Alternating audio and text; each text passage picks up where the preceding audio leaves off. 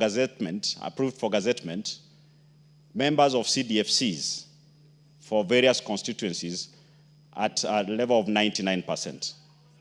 Honorable Speaker, as at today, the NGCDF board is yet to receive the disbursement for Q1 of this financial year. That is equivalent to 19.5 billion. Honorable Speaker, we run a risk of falling onto the trap that is being set.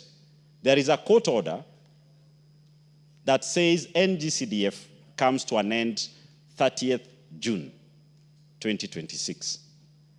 If by Q1 there is no disbursement, and we know how the government has been disbursing, by Q2, the board will be in arrears of 39 billion. Honorable Speaker, if members of parliament do not rise up and speak on behalf of the CDFCs to have this money received now so that we beat the deadline of the court order in completing all the projects before May. Because you're raising it as a point of order and it seems to be a substantial point, why don't you raise it as a substantive statement?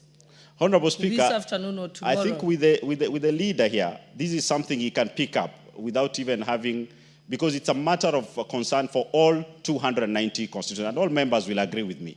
So, Honorable Speaker, we need to get answers when Treasury will start disbursing these funds, because already they are behind by 19.5 billion, and in 6 days' time, they will be behind by 39 billion. Honorable Speaker, so we can tell Honorable Owen, maybe you can have a response in the afternoon. Say this, Honorable Speaker. There are very important points being raised by Honorable Gesairo, and I think it is a concern to all of us because we have a court order, a deadline. No, the question I'm asking, what we need, don't go over the points again. Yes. Simply, I'm requesting you or ruling that you get the answers. Okay. You can get in touch with the National Treasury and the board and then give a response in the afternoon. Much obliged, Honorable Speaker. I'll get in touch with Treasury so that we get a response in the afternoon. I'll do that. Thank you very much. Thank you. Members, next order. Order number 8, the National Police Service Amendment Bill, National Assembly Bill number 39 of 2025. First reading. A bill for an act of parliament to amend the National Police Service Act. Order number 9, motion. Formulation of a land use policy on zoning of land for agriculture and built development. Mover of the motion, Member for Westlands, Honorable Timothy Wanyonyi.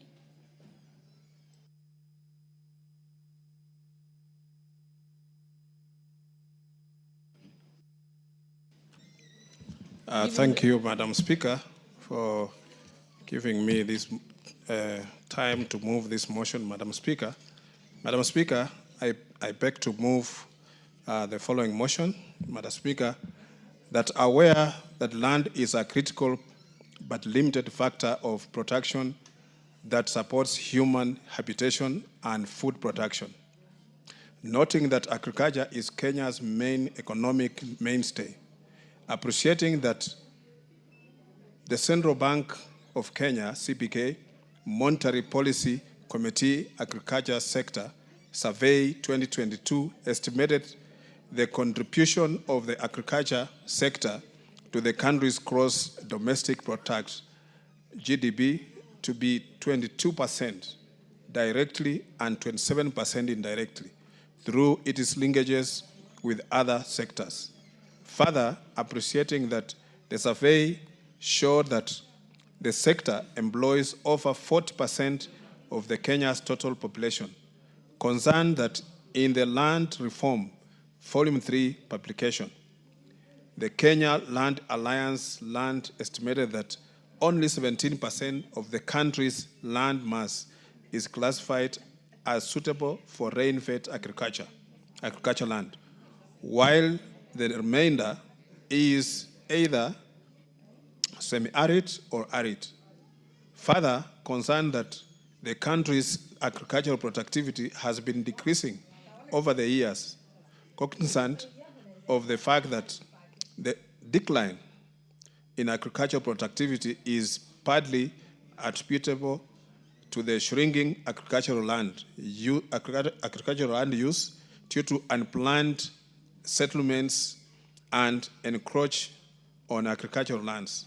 Further, concerned that agricultural lands in rural areas are continually being subdivided into small portions for build development, thereby diminishing the size of the land available for agriculture. Noting that there is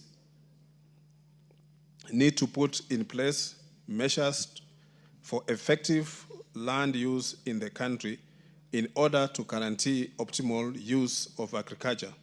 Now, therefore, this House resolved that the government, through the Ministry of Lands, Public Works, Housing, Urban Development, puts in place a policy framework for effective land use in rural areas by consolidating and designating zones for build development, for commercial and residential developments with shared public utilities, and separate zones for agricultural use, in order to arrest further diminishing of agricultural land and steady the country's agricultural productivity. Madam Speaker, I beg to move. And Madam Speaker, this is informed by the way the country is progressing, Madam Speaker. We can see that areas that were mainly agricultural and most farms around, Madam Speaker, we've seen how they have been uprooting even coffee and other things, Madam Speaker, and then trying to build houses, Madam Speaker, for residential houses. Madam Speaker, I beg to move this motion that this House, Madam Speaker, this motion emphasizes the importance of sustainable land use in the environmental conservation as Article 69 of the Constitution of Kenya, which aligns with the objectives of this motion, Madam Speaker. Madam Speaker, I also want to say that lack of clear guidelines in to access land use, the use of land, Madam Speaker, are often recipe to conflict and violence. The motion seeks, Madam Speaker, to prevent land use conflict between agriculture and build-up development zoning land. So that, Madam Speaker, if this policy is put in place, there will be earmarked that the areas, Madam Speaker, that are designated for agriculture, and they'll never be disturbed, and they'll never be put to any other use other than agricultural use. Madam Speaker, allow me also to observe that there is urgent need to balance economic development with agricultural productivity and environmental sustainability while protecting the country's natural resources and reducing the risk of environmental degradation. Honorable Speaker, this policy stands also to protect agricultural land, thereby increasing productivity while contributing to food security. The land use, Madam Speaker, policy will therefore guarantee the entire population has sustainable access to public spaces, public service, public institutions, and social amenities. Madam Speaker, this motion also calls for policy on collaboration between the relevant ministries, including, Madam Speaker, Ministry of Lands, Public Works, Housing and Urban Development, Environment, Climate Change and Forestry, Agriculture and Livestock Development to develop the policy, Madam Speaker. Madam Speaker, this motion also loudly calls for engagement with the key stakeholders, including farmers, developers, and local communities, to ensure that the policy reflects their needs and aspirations. Land use policy should recognize the resources that are limited. Hence, Madam Speaker, the need to have a long-term vision, but also to prioritize actions to respond to immediate challenges.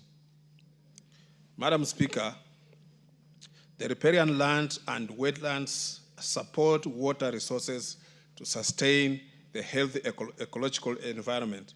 A policy in place, Madam Speaker, will ensure that riparian land is well documented and mapped out. We have seen that, Madam Speaker, especially in Nairobi here, that riparian land has been encroached and people have haphazardly engaged into development by, Madam Speaker, building on the waterways. And we've seen that when the rains come down, Madam Speaker, have caused so much havoc in the city and places where people are staying, Madam Speaker, you find houses filled with water and people displaced. This is because of this haphazard development, Madam Speaker. Honorable Speaker, if this motion is passed, it will ensure the identification and designation areas for agricultural use, including, Madam Speaker, residential, commercial, and industrial uses, protecting prime land from encroachment, Madam Speaker. Because, Madam Speaker, if we look at, especially in the rural areas, Madam Speaker, the land is being subdivided into smaller units, Madam Speaker, whereby it becomes economically not viable. Because many times, Madam Speaker, I remember some time back in India, the Prime Minister then, Indira Gandhi, Madam Speaker, came up with the agrarian revolution because of the population of India, and they needed to have sufficient food security. She came up with a system of model towns, Madam Speaker, where they moved people from the farms, those small farms, Madam Speaker, to stay in a model town where the government had developed and gave way for the land to be used for agriculture, and some for irrigation, and some, Madam Speaker, which was used for agriculture, and it has secured food security in India. And India, Madam Speaker, can even now feed itself and even export some of the food. And it's not that India is more arable than Kenya, but because of the policy that the government came up with, and they secured the food security for the citizens of that country, Madam Speaker. And I believe we can do the same, because we have seen countries like Israel, which are virtually a desert, Madam Speaker, but they have made very good use of their land. They have used irrigation and many others, and have secured themselves, Madam Speaker, that they don't suffer from any food shortages, Madam Speaker. We've seen in this country, Madam Speaker, the areas that are rain-fed, agriculture rain-fed. Madam Speaker, the land is being diminished because of these small subdivisions and making the land uneconomical. Honorable Speaker, integrating climate change in the land use and development planning will help identify and map disaster-prone areas, thus promoting land use practices that enhance climate resilience and reduce effective effects of climate change. A regulation on the same will ensure adequate financial resource allocation for implementation of climate change action plan and related activities.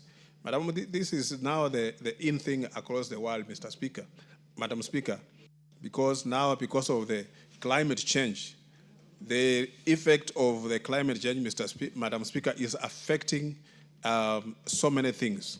We've seen that there are reports that the weather patterns have changed, Madam Speaker. The rising of the the levels of water in the seas, and many other areas, Madam Speaker. And also, you see the weather pattern now that was predictable, now is no longer predictable. You just find sometimes delays in the rains, or rains comes at the time that is not expected and causes a lot of havoc. So when we align this and make this policy to climate change, Madam Speaker, we shall secure ourselves and protect our environment. Honorable Speaker, the enactment of this policy will ensure that the environmental factors such as conservation of natural habitat and water services in the land use planning are considered. Honorable Speaker, the policy will also ensure public participation in the land use planning process to reflect the needs of the farmers and people in the ecosystem.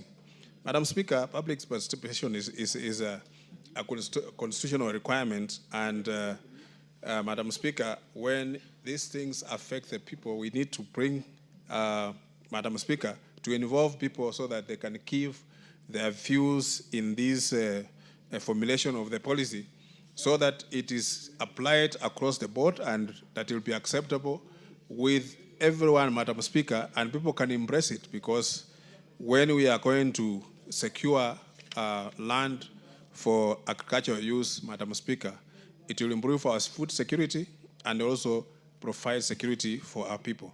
Madam Speaker, I beg to move, and also, Madam Speaker, request the Honorable Julius Sunguli to second. Madam Speaker.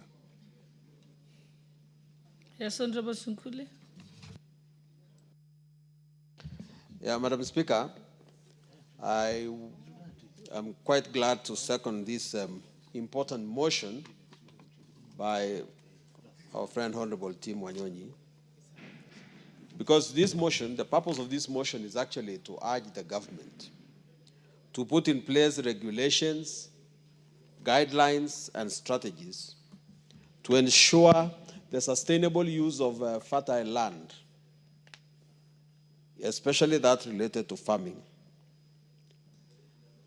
Madam Speaker, I must begin by saying that in this country, there is actually no shortage of policy, especially policies that bear the title of land policies. There are quite a number that have been set up. The agricultural policy of 2021, the national land use policy, and many others that I could name. But the specific issue that the honorable member is raising here is about the use of land in Kenya in a manner that is not planned and in a manner that is becoming unsustainable in the long run, because fertile land is being used as places to build houses. And Madam Speaker, unless that issue is addressed, land is going to diminish, because we are one of those countries in the world where population is on the rise every day. And when population is rising, the demand for human habitat becomes important. And therefore, it becomes the responsibility of the government to make sure that in order to plan for future generations, we have to have land that is specifically zoned for agriculture and land that is prohibited for human habitat, and therefore to designate the kind of places where people can build their lands. This issue is actually more prominent in the rural areas. And those of us who represent rural constituencies know that places where there just used to be 5 elders now has very many children, and that land has been subdivided, and some of the young people have actually been allocated land very close to the river or quite in the middle of what used to be the farm, and that's where they have put their houses. And because of that, land has become very, very scarce. I come from a place which neighbors the Kisii area. And when we were growing up, an average person there owned about 10 acres. When he got 2 children, the land was divided into 5 acres each. And when those got children, the land was subdivided even further. Because of this, the land has been deteriorating. But what the government needs to do, Mr. Speaker, now, is to ensure that actually, apart from the policy that we set up, we look into the legal framework of our land use. One, there is now the one land law called the Land Act. But the title deed that we have there is one that gives you what you call absolute proprietorship. And I can see the honorable member from Murwadigiri is not listening yet, is yet a new lawyer who needs to listen to older lawyers.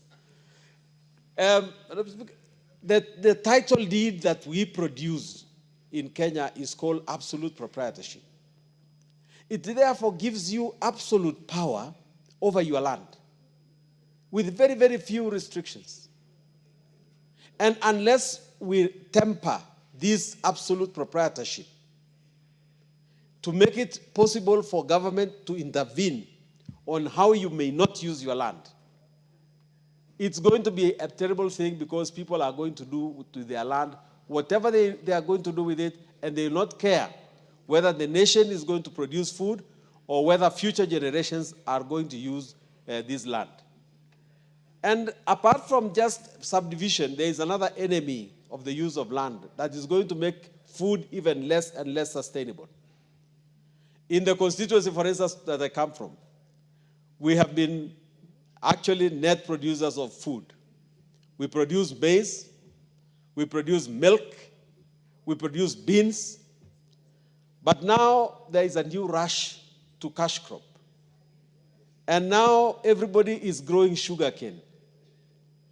A few years ago, the GTZ, which was a German company, a German NGO, mapped out the use of land in Transmara and said that this particular piece of land is good for animals.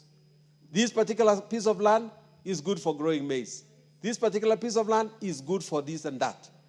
Had we followed this blueprint that was placed by the GTZ, we would now be going ahead and producing food much better even than Kitale. But unfortunately, totally unguided, we have now rushed into the temptations of South Nyanza and other places and produce sugarcane, even in areas which are not sugarcane areas. The government must make a policy that will make sure that land is used for its purpose. Because whether we like it or not, if we try to force land to do what it cannot do, we will eventually collapse what it is already doing and collapse its future use. I think it is important that we go there, because you may forgive Kiambu for uprooting the coffee and placing real estate on their land. And that might be beneficial for people like us in the Rift Valley who are now embracing coffee. But if you do not get enough land on which will take over the responsibilities that used to be borne by Kiambu, we are no longer going to be proud as Kenya for being a coffee-growing area. So, Mr. Speaker, I wish to urge that the government makes a more serious policy backed by regulations, backed by legislation the policy that is going to make sure that the use of land is sustainable for production of food, is sustainable to maintain generations that we have now and generations that will come after us. Mr. Speaker, I beg to second. Thank you. Order, honorable members, I propose the motion that are aware that land is a critical but limited factor of production that supports human habitation and food production, noting that agriculture is Kenya's main economic mainstay, appreciating that the Central Bank of Kenya Monetary Policy Committee Agriculture Sector Survey 2022 estimated the contribution of the agriculture sector to the country's gross GDP to be 22% directly and 27% directly through its linkages and other sectors. Further, appreciating that the survey showed that the sector employs over 40% of the Kenya's total population, concerned that in the Land Reform Volume 3 publication, the Kenya Land Alliance land estimated that only 70% of country's land mass is classified as suitable for rain-fed agricultural land, while the remainder is either semi-arid or arid. Further concerned that the country's agricultural productivity has been decreasing over the years. Cognizant of the fact that the decline in agricultural productivity is partly attributable to the shrinking agricultural land due to unplanned settlements that encroach on agricultural lands. Further concerned that agricultural lands, Further concerned that agricultural lands in rural areas are continually being subdivided into small portions for build development, thereby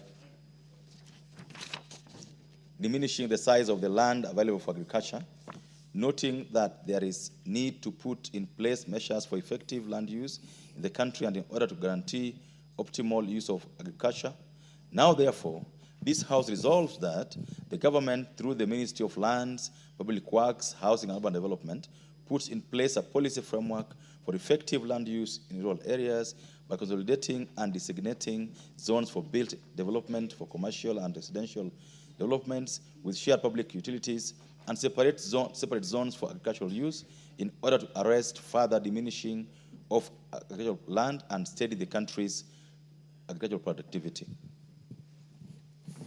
Before I give the first member to contribute on this, join me welcoming students from Fero School, Embakasi Central, Nairobi County. They are seated in the Speaker's Gallery and are welcome to our proceedings this morning. Thank you. The Honorable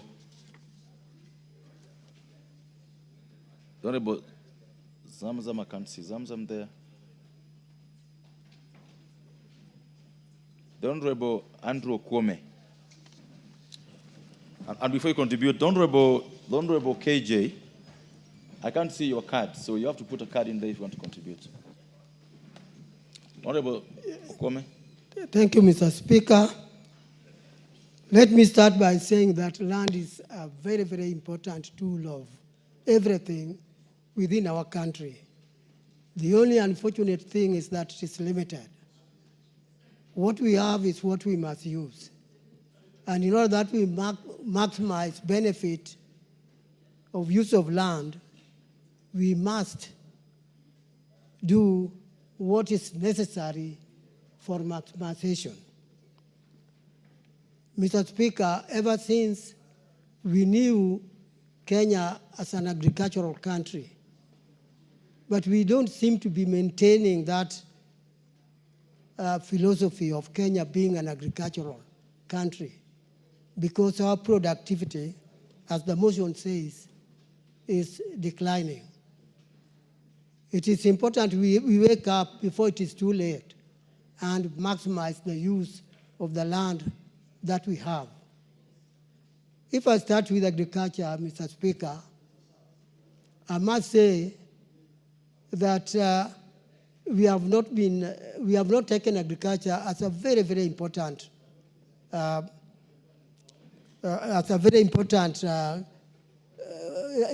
something very important for us to work on.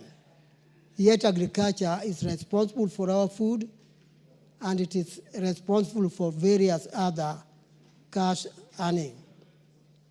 If we use our land properly for agriculture, we would be able to have food and also export our agricultural products. That will help our economy at a very high level, and I really appeal that we use all possible methods of improving agriculture. Even training of agriculturalists has gone down. Universities are not training enough number of agriculturists and extension officers. so that, you know, the trained staff could go out and help the ordinary people, telling them what to do and how to use their land in order that we can do our maximum. My colleagues have mentioned, and I agree, that sometimes you find a fertile land being used for building houses. And the dry land, if there is any dry area, maybe rocky and whatever, which would have been very useful for building the houses, that kind of piece of land is left lying idle and people rush for an area which can be used for agriculture. So in zoning that that is in the motion, we could guide people on how they can live, leaving the fertile land for agriculture, and a land which is not very fertile can be used for these other purposes like building houses. Mr. Speaker, I also want to say that on the commercial side, we need to have maybe our shopping centers built in areas which are not extremely productive agriculturally. We can be maximizing the use of our agriculture if we leave, like I said before, fertile land for agriculture and dry land for building these other purposes. If we use our land carefully, it will also help us to give necessary facilities to those who are living in a collective area where, you know, you have, call it a small residential place. People can be building their houses there so that if you bring water, the water will cover many people instead of, like I see in our area particularly, people building their homes scattered all over, making it very difficult for the government to give them necessary facilities. I support the idea that zoning of how we can be able to use our land is very important, and we must do it. It is only unfortunate that this kind of statement is coming late when people have already built beautiful houses out there on land that ought to have been spared for agriculture. Mr. Speaker, I support. Thank you. The Honorable Sarah Korere. Shukrani, Mheshimiwa Spika. Mheshimiwa Spika, ningependa pia kuongeza sauti yangu katika kuchangia hoja hii ya kutaka pahala maalum kutengwa ili kuweza kuzalisha chakula katika nchi hii na pia pahala maalum pa majengo. Lakini Mheshimiwa Spika, sio pahala pa kuzalisha chakula kwa kilimo peke yake, manake pia ufugaji, Mheshimiwa Spika, ni kiinua uchumi muhimu sana katika nchi hii. Na Mheshimiwa Spika, hivi masiku za karibu tumeona kule kugawanya ardhi vipande vidogo ambaye haitaweza zalisha chakula hata kidogo. Kwetu sisi wafugaji ina hatari kubwa sana kwamba hivi karibuni tutashindwa kufuga, Mheshimiwa Spika. Na ni wazi kabisa na tunajua kwamba katika nchi hii Wakenya wanapenda sana nyama choma. Mheshimiwa Spika, nyama choma inapatikana tu kwa mifugo, ng'ombe, mbuzi, ngamia, kondoo na kadhalika. Na Mheshimiwa Spika, pahala kama vile Laikipia, kukigawanywa vipande vya ardhi kwota ekari, Mheshimiwa Spika, ufugaji tunaweka katika hatari kwa siku za nyusoni. Na Mheshimiwa Spika, inataka kabisa turudi kutathmini sheria za ardhi, manake ilivyo sasa ni baadhi ya majimbo machache sana ambaye bado imebaki na ardhi ya umma. Na Mheshimiwa Spika, Nitasema tu kwa sababu lazima niseme. Baadhi ya majimbo hayo, ile ardhi ya umma ambayo imebaki katika mikono ya magavana na wengine, ambayo tunajua kwamba ardhi imekuwa devolved. Na Mheshimiwa Spika, imekuwa ni kwamba ni kama kuwekea mbuzi fisi wakawachunga. Manake hiyo ardhi imeliwa na wale mabwana. Mheshimiwa Spika, ukitembea jimbo la Laikipia, ni aibu kwamba kuna watu bado wanaitwa masquatter. Watu ambaye wameishi huko kwa miaka na mikaka, karne tangu jadi. Na Mheshimiwa Spika, wakati ardhi ya umma inatwaliwa, unapata wameenda kubeba watu kutoka jimbo jirani kuja kuwapa ardhi, wakiitwa wahisani sijui wawekezaji, na jina wekezaji ama kwa kimombo investors imekuwa ni jina ya kuiba ardhi ya umma. Kwa hivyo Mheshimiwa Spika, aliyewasilisha hoja hii ni hoja muhimu sana, na nafikiri hatujachelewa sana.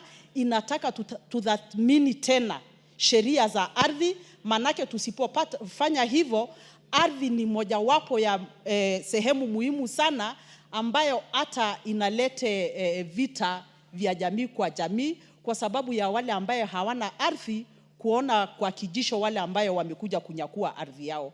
Kwa hivyo Mheshimiwa, naunga hoja hii mkono na nampongeza aliyewasilisha. Asante. Mheshimiwa John Kiarie.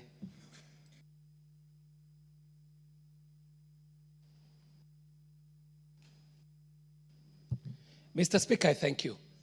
I also want to congratulate my neighbor, the Honorable Timothy Wanyonyi, for bringing such a thought-provoking motion to this House.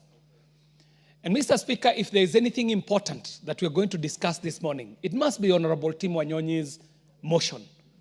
The Honorable Tim Wanyonyi hails from a constituency called Westlands, neighboring Dagoretti South. The Westlands that we know today traditionally was part of the larger Dagoretti. And that Dagoretti belonged to a district called Kiambu. So that if you go to Honorable Tim Wanyonyi's constituency, you will find that the freehold lands that are in Westlands carry titles that are labeled Kiambu District. Kiambu District was traditionally an agricultural highlands, what was traditionally known as the White Highlands. The lands that had been grabbed from our people, that had traditionally been forested, traditional agricultural lands that belonged to the Agekoyo people who had migrated from south of Chania and come into these new lands that had traditionally been inhabited by the Adi and the Dorobo people. And over the years, these people who are migrating from the south of Chania were able to cross over to this side of Kiambu and establish agricultural lands that ended up being so productive that even the very ancient caravans that were coming all the way from Mombasa, going into the hinterlands in Uganda, would stop over in this very rich land for provisions, for food, for supplies from the farms. What this tells you, Honorable Speaker, is that areas like Kiambu have rich volcanic agricultural soil that is perfect for agriculture. But what does Kiambu look like today? Mr. Speaker, the people of Kiambu, out of need, out of urbanization, out of this globalization drive, have decided to uproot the crops that were in Kiambu so that they can plant houses to be harvesting rent. Today as we speak, places like Kiambu, the land there, the shambas, are not anything bigger than the size of a handkerchief, Mr. Speaker. To the extent that what is left for arable agricultural land is reducing by the day. Cultures are changing, Mr. Speaker. The Agekoyo people traditionally never used to bury. They used to do something called escorting. When someone got sick, you would be escorted to the forest, and if you make it, you would come back. If you don't make it, well, the hyenas will dispose of your remains in the forest. And what would happen then is that there was that cyclic circle of life where instead of planting what we call tombstones and graves, as we are doing today, that land would still be usable. But today, if you go to a place like Kiambu, Mr. Speaker, you will find someone with a plot of land, 1/8 of an acre. They have their house there. But even more so, they have buried their forebearers, their grandfathers and their grandfathers' grandfathers, all in marked graves. So that in that one piece of acre, 1/8 piece of land, there is a house, there is a cemetery, a family cemetery, and very little is left for agricultural land. What the Honorable Tim Wanyonyi is asking us to do here today is to rationalize this very scarce resource called land. We have seen places, Mr. Speaker, where they're serious about agriculture. Places like Holland, Canada, Australia, where they have demarcated their lands for agriculture and organized their people into living areas where individuals are able, and families and communities are able to live in a designed area of land where they leave so much land for farming and for production. Mr. Speaker, if Kenya continues in the way that we are continuing, two things are going to happen. One, we are going to get rid of all arable agricultural land, meaning that we will have to be importing food. And secondly, Mr. Speaker, we are going to give rise to ghettos, informal living, where we are now starting to speak about issues of national security, where we confine our people to informal settlements that are not provided for in terms of urban planning, resourcing for water, for electricity, and all these other social goods. So, Mr. Speaker, I rise to support the Honorable Tim Wanyonyi, and I am praying that his motion on the formulation of a land use policy on zoning of land for agricultural and built development is going to be escalated to a piece of legislation which we are able to push. And Mr. Speaker, for us to get this legislation, we must also urge the executive to come up with a policy, Mr. Speaker, so that we are not doing legislation before the policy. So, Mr. Speaker, I have to say that Honorable Tim Wanyonyi has pricked us at a time when, if we do not make changes and keep kicking the can down the road, the dangers are clear. Mr. Speaker, our country is a net importer. To reverse this country to be able to be exporting, we have to start with what we have in our hand. And what we have is agriculture, Mr. Speaker. We must consider how our agriculture is going to be meaningful, not only for food production, but also for value addition. If we start doing value addition to our agricultural produce, Mr. Speaker, then we start walking on our way towards industrialization, and then we can achieve the aspirations that we seek as a country to become a middle-income earning country, even as was projected by Vision 2030. Mr. Speaker, I want to decry the move that we have taken in terms of our attachment to land, Mr. Speaker. Our attachment to land is so emotive to a point when land issues come up, we throw out reason out of the window. But what this motion is calling us to do, Mr. Speaker, is to consider that Kenya today has a population of 50+ million Kenyans. These 50+ million Kenyans need places to live, but for them to live the quality of life we would want them to live, they will also need land for farming, for agriculture, for crop growing, and for animal husbandry. For us to be able to do that, we cannot continue in the haphazard manner of development that we have adopted. Mr. Speaker, the Honorable John Angeno is here, chairing a committee on housing and land and infrastructure. And what has happened in the last 3 years, Mr. Speaker, is to be celebrated in terms of the drive on affordable housing. Mr. Speaker, the model that has been brought forth by the affordable housing and the work that this committee did to make sure that this affordable housing is a reality is the way to go, Mr. Speaker, where Kenyans can agree that we shall set aside land for construction and built environment development, and we shall have land set aside for agriculture and for farming. Mr. Speaker, the housing drive, if you look at what has happened in the last 3 years, is not only dignifying the life of Kenyans, but it is also giving us an idea on how urban life can be planned.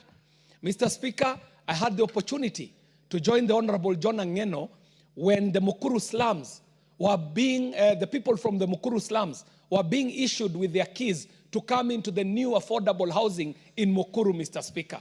And what I saw, Mr. Speaker, is phenomenal.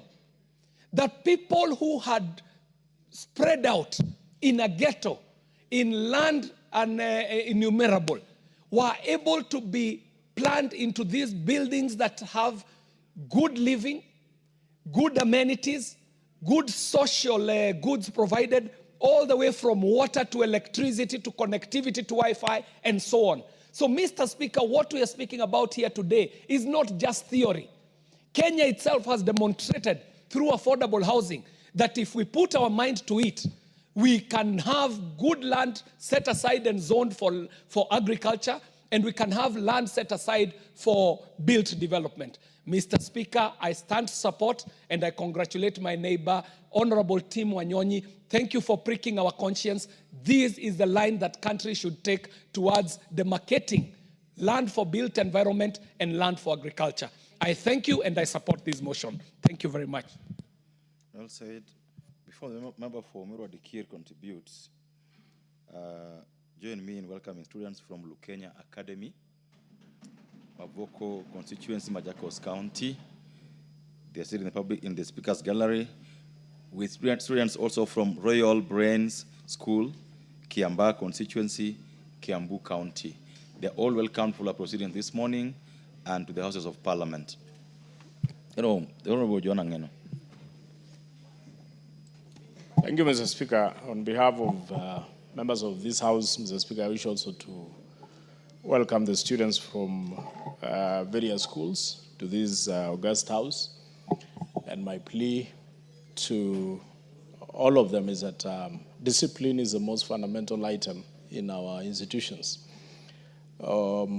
Just a few days, we have had incidences of students burning dormitories and classrooms. I wish to urge the students who are before this House today that the properties that are being destroyed belongs to you, belongs to your parents, belong to the society. So please, we urge you to be disciplined, and that is why you have also gotten the opportunity to come to this National Assembly. Mr. Speaker, I wish also to weigh in on this issue of land. And Mr. Speaker, on independence. Mr. Speaker, before independence, this country was colonized by foreigners. But one thing which foreigners left for us, Mr. Speaker, was how they made use of the land they found. They consolidated the land. They identified the land which was for agricultural use, land for livestock, land for settlement. They had a proper plan on how to use land. Immediately after independence, Mr. Speaker, when we got the independence, Mr. Speaker, we started subdividing those lands to individuals and to start having settlements on those particular lands, Mr. Speaker, so that the lands which had been left for agricultural use, Mr. Speaker, no longer sustain agricultural activities because we have settled on them. Mr. Speaker, during the 2010 constitutional making process, Mr. Speaker, the major issue, actually the major debate which arose in that process of constitutional making process, Mr. Speaker, was land amalgamation. It was a question of how do we consolidate land so that we can have land for settlement and have land for agricultural use and land for development in matters of if it is an urban area. Mr. Speaker, it was a very heated debate, and many of us actually indulged in the fact that this constitution is not a good constitution because it may take land away from us, which actually, Mr. Speaker, later on we came to learn that it was a good idea. And that is why it was in article, it is actually put in Article 66, the matter to do with land use, planning of how to use land. Mr. Speaker, it is now that we are realizing, and I want to thank the member for bringing this motion before this House. And I would wish... The member for Westlands. The member for Westlands. Yes. And I would wish the member for Westlands introduce it as an amendment. Because, Mr. Speaker, the Constitution under Article 66 states that Parliament shall enact a legislation. Parliament, that is Article 66(2). Parliament shall enact a legislation ensuring that investment in property benefits local communities and their economics. Mr. Speaker, this one is based on the regulation of land use and property. Mr. Speaker, if this Parliament has the jurisdiction to ensure that we introduce the regulations and an amendment or a legislation, that will ensure how land is going to be used, so that we do not just debate it as a motion, leave it here, and go home. Mr. Speaker, under that same Article 66, regulation of land use and property, it states in 66(1), the state may regulate the use of land, any land, or any interest in or right over any land in the interest of defense, public safety, public order, public morality, public health, or land use planning. Mr. Speaker, that is a part which I think this Constitution was trying to address, that we need to address how to use our land. The land has been subdivided. Many areas, Mr. Speaker, very arable areas, areas which agriculturally are viable for agriculture use, Mr. Speaker, has been used for settlement. I wish we do this particular legislation that would allow the government to regulate how land is going to be subdivided, so that the remaining land, Mr. Speaker, which we think is good for agriculture, can now be protected for agriculture. The land that is good for settlement, we protect it for settlement. Mr. Speaker, last, the State Department, and this is through the President himself, he introduced the affordable housing program in the country, Mr. Speaker. The introduction of this affordable housing program, Mr. Speaker, was to ensure that apart from settling those who are living in slums, apart from also giving homes to those who do not have homes, Mr. Speaker, the most fundamental idea of this housing program, Mr. Speaker, was to ensure that we move the people to live in urban areas so that we can leave areas that we think are arable and good for agricultural use to be used for agricultural use. Mr. Speaker, because we need food. Food security in this country is still at 20%. Mr. Speaker, we are not food secure just because we do not have land to till. Most of the land has been used for settlement. So, Mr. Speaker, with the introduction, and I want to thank the President for introducing this particular vital element in our society, that let us build homes for our people, and then our people should now move to those particular homes and leave the land to be tilled or to be used for agricultural use. Mr. Speaker, on that note, Mr. Speaker, and we have seen so many areas, Mr. Speaker, which have exercised the same wisdom.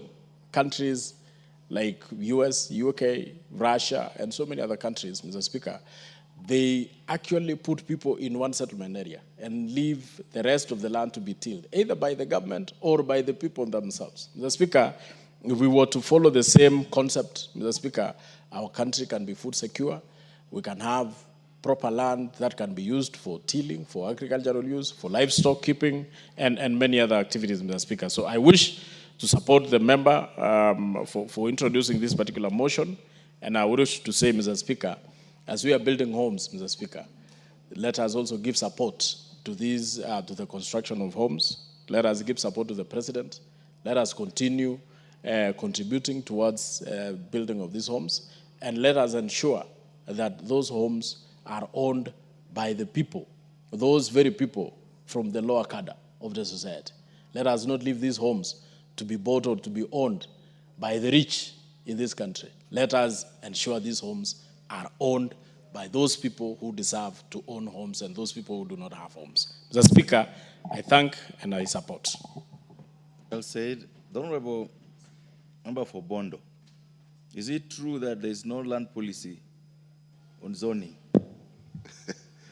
Thank you, Mr. Speaker. Let me start by supporting the motion. But while I support, I want to bring in a few comments here and there. One is the issue that we as a nation and as a government, we are late in this. Number two, we have learned very little. And number three, we have to really acknowledge that we are failing, because there have been all manner of indications from all through the colonial times. I don't know how many of us are able to remember what are called Swinert on land policy in 1954. Those are the times when we started talking about issues of bringing land together for purpose of agricultural use, for purpose of food production. So since 1954 to date, if you have not done anything, it means there are indicators of failure. Our constitution basically puts land tenure system into whether we are public, we are community, or it is private. All these three, if you look at them in terms of how the Constitution places them, public land is regulated and it's easy to regulate. There are areas either for purpose of public utilities, there are thoroughways, there are gazetted forests. This is easy. It's easy, they are regulated. And they are demarcated and it's easy to know where they are. When it gets to the other aspect of private land, one aspect of it is regulated. The other aspect is not. The leasehold private lands are regulated in as much as we know that they are in urban areas or townships or in the cities. They are in one way or the other regulated. But then there's this portion of private land that is completely left to the individuals. And I don't think there's anywhere in the world where you can let individual persons, individual citizens do things the way they want. I think there must be some regulation. There must be some element of control. And this is where we are failing. That aspect of absolute title, absolute ownership of lands under private hands is where we fail as a government. And this has led us to a situation where all these things that we are talking about are coming in. I remember for the first time when I was coming to Nairobi, when I stepped in Nairobi for the first time, Mr. Speaker, some 30 or so years ago. Between Kericho and Nakuru, and from Nakuru to Kericho, you'll see farmlands, food. Every time you'll be passing across, you're going through the roads, you'll be seeing food either side of the road. And that was happening also in Kiambu. What has happened 30 years after? Between Kericho and Nakuru now you only get concrete. They are buildings. And these were areas which initially were called, some were calling them White Highlands or whatever. But in the Swinnerton arrangement, they were called scheduled lands. All these were scheduled lands. They were scheduled in terms of they were regulated. There was a manner in which how things were supposed to be done. We have failed in this. As a nation, we have failed in this as a government. I was talking about lessons.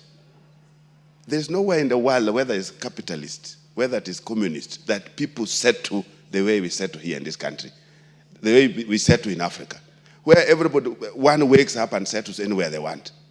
I think that's not anywhere. Land is private in many other places, yes. It is public in many other places, yes. But it's regulated. It is placed in a manner that, no, this is clearly demarcated for farmland. This is demarcated, whether you have it as a private person, but so long as it is zoned, and your land is in a zoned area that is supposed to be for farming, it has to remain farming. You can't go there and start doing your own things. And that's why sometimes, even in the UK, sometimes it's not very easy for anybody to get on the farmlands, because for you to qualify as a farmer, you must have a basic diploma in agriculture. Yeah? So here, we are talking about farming, and everybody is running around in their farms doing all manner of things. But there must be some control. There must be some kind of a regulation.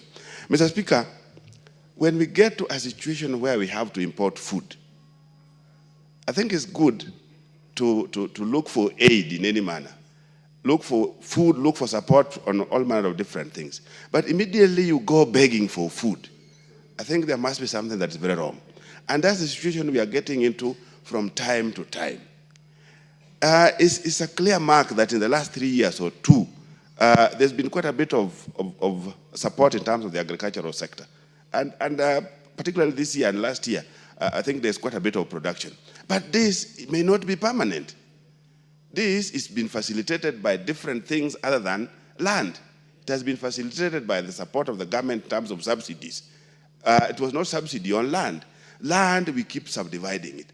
And even when we'll be going ahead and looking for issues of how to subsidize farmers, you'll only be subsidizing them, but the land sizes are getting smaller. So that by the end of the day, even when you subsidize, subsidy will not make sense. So Mr. Speaker, I think this is an area, and of course, immediately you keep subdividing land. The basic agriculture, the agriculture 4K club of class 3, class 4, immediately you keep subdividing. You can't even rotate your crops. You can't do basic things that are required in agriculture, Mr. Speaker.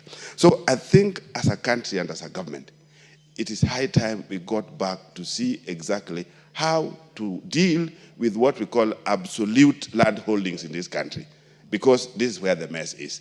And if you don't do it, we are headed to a direction that is not sustainable. We are going to be staring at hunger. We are going to be staring at a situation where we have to be importing food from time to time, Mr. Speaker. It's important that the government learns, if they have not learned this before, that somebody steps up. Chair Housing has alluded to this. And I think it's important that somebody takes care of, particularly the ministry, so that we come up with a proper legislation, not even an amendment as you are suggesting, a proper legislation in terms of issues to do with land use. What the government is doing in terms of affordable housing is a good answer to very many of these things. But to what extent will it be realized in terms of how they spread out? You know, the people in the rural areas, some of them are still thinking that, no, this is not meant for us. But the idea is, can we move to where we can settle in some kind of community? Then we leave the rest of the land for other useful economic purposes. So, Mr. Speaker, I really think that something must be done, and it has to start from the ministry. Say that a proper legislation is brought and followed by a proper regulation, so that we see how to regulate particularly private lands that are under absolute ownership. Thank you, Mr. Speaker. Well said. The member for Kandui, Honorable John Makali. Thank you, Honorable Speaker, for the opportunity to also weigh in on this motion. At the outset, let me thank my colleague and member for Westlands, Honorable Tim Wanyonyi, for bringing this motion. Mr. Speaker, it is not denied that land is such a critical and valued asset in our communities. It is not also denied that at the moment where we are, we have a lot of problems touching on how we use our land. Taking into effect the importance of land, the Constitution of Kenya and the framers of the Constitution dedicated a whole chapter to issues of land use, to issues of land, classified land, and gave responsibilities to this House to develop rules and regulations and legislation to bring into effect the provisions that are in the land chapter in the Constitution. This motion seeks to have a policy framework that will regulate land use. The first question I asked myself, Honorable Speaker, is do we have a policy framework or we don't? My answer to it, I've tried to speak, is that we have a policy framework. What we need to do is literally to revisit it and ask ourselves, is the policy framework in force serving us very well or not serving us very well? We take cognizance of the fact that agriculture contributes around 22% of our gross domestic product. Many of our people are employed in the agricultural sector. When we make our budgets here, we dedicate a lot of resources, though not sufficient, towards agricultural development. But if we look at our country, we have had so many cases, we have had disputes. When you go back to our courts, you will find a lot of disputes touching on ownership of land and issues of inheritance. That's why we have created the environment and land courts, taking into cognizance the importance of land. We have had many succession disputes in our courts on how land needs to be utilized, how land needs to be used. The question we need to ask ourselves is, are we on the right path or we are not on the right path?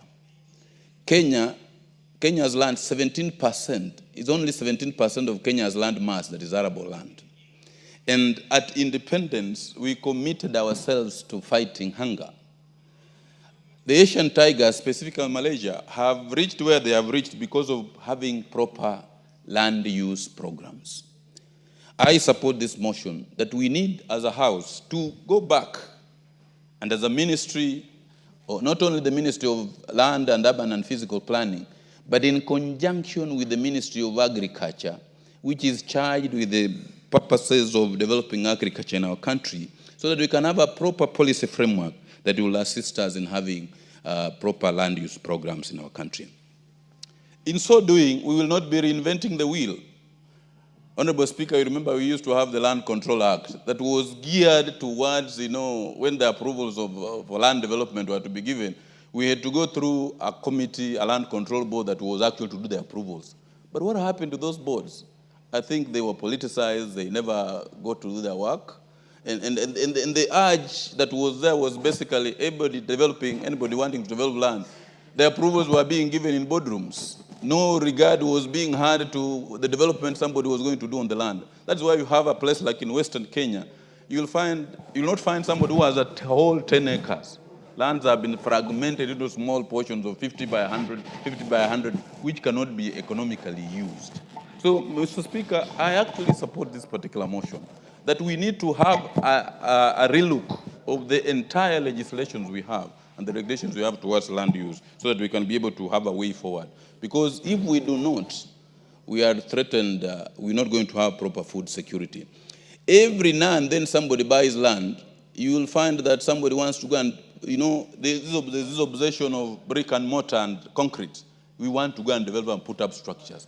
Nobody is thinking about setting aside land for purposes of agricultural development. And even in those areas where land had been specifically set aside for agricultural development, like the ADC farms in Kitale, in Trans Nzoia, for example, you'll find they have actually been encroached on by, land grabbers, and we now don't have any sufficient parcels for agricultural development. And this is not only for agricultural development. We must also begin to move aside and set aside land for, like what he has put up in the motion for well-built environment, like what we are doing now in developing affordable housing, so that we can be able to safeguard land for purposes of agricultural development. So they can have places set aside for residents, places set aside for agricultural development, so that we can be a food secure nation. Honorable Speaker, I actually support this motion. It's well thought out. And we need also, as we move on, because Article 66, the chapter on land in the Constitution of Kenya, has literally classified land into three groups: public land, community land, and private land. When we were in school doing our land law, we were saying the absolute proprietorship title was a title for abuse and disabuse. So we need also to relook into it and do a lot of sensitization, that even if you have an absolute title, it is not absolute in the sense that you can do really anything you want upon it. We need to do a lot of sensitization so that say we must have planned development for the sake of our country and the sake of future generations. With those remarks, Honorable Speaker, I support this motion and urge that this House passes it. Thank you.